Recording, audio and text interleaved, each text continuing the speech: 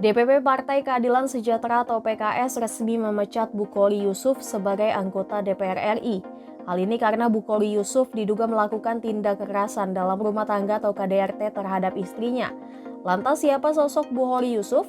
Dikutip dari tribunjabar.id, pada Selasa 23 Mei, DPP PKS merespon laporan dugaan pelanggaran disiplin yang dilakukan anggota DPR RI dari fraksi PKS Bukhari Yusuf. Pelanggaran ini berupa kasus KDRT. Oleh karenanya, pemecatan Bukhari dari anggota DPR diambil sebagai langkah tegas PKS. Ketua DPP PKS Bidang Humas Ahmad Mabruri menerangkan, proses penyelidikan internal tentang dugaan pelanggaran disiplin sudah berjalan di internal DPP PKS. Mabruri menambahkan bahwa Bukhari Yusuf juga sudah menandatangani surat pengunduran diri sebagai anggota DPR RI. Terkait sosoknya, dikutip dari tribunnews.com pada Selasa 23 Mei, Bukhari Yusuf merupakan politisi dari PKS. Ia terlahir di Jepara pada 5 Maret 1965. Terkait pendidikannya, dilansir dari laman fraksi PKS, Bukhari menempuh pendidikan S1 di Lembaga Ilmu Pengetahuan Islam dan Arab atau LIPIA, Jakarta pada program Bahasa Arab dan Jurusan Syariah. Ia juga sempat menempuh pendidikan di luar negeri yakni S1 Fakultas Hadis Ilmu Hadis dan Studi Islam di Universitas Islam Madinah, Saudi Arabia.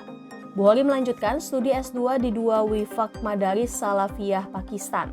Ia mengawali karir bekerja sebagai dosen di Dirosat Islamiyah Al-Hikmah Jakarta pada tahun 1996 hingga 1999. Dilansir dari laman resmi DPR RI, ia terpilih menjadi anggota DPR RI periode 2019 hingga 2024 dari daerah pemilihan Jawa Tengah 1. Dapil itu meliputi Kota Semarang, Kota Salatiga, Kabupaten Semarang, dan Kabupaten Kendal.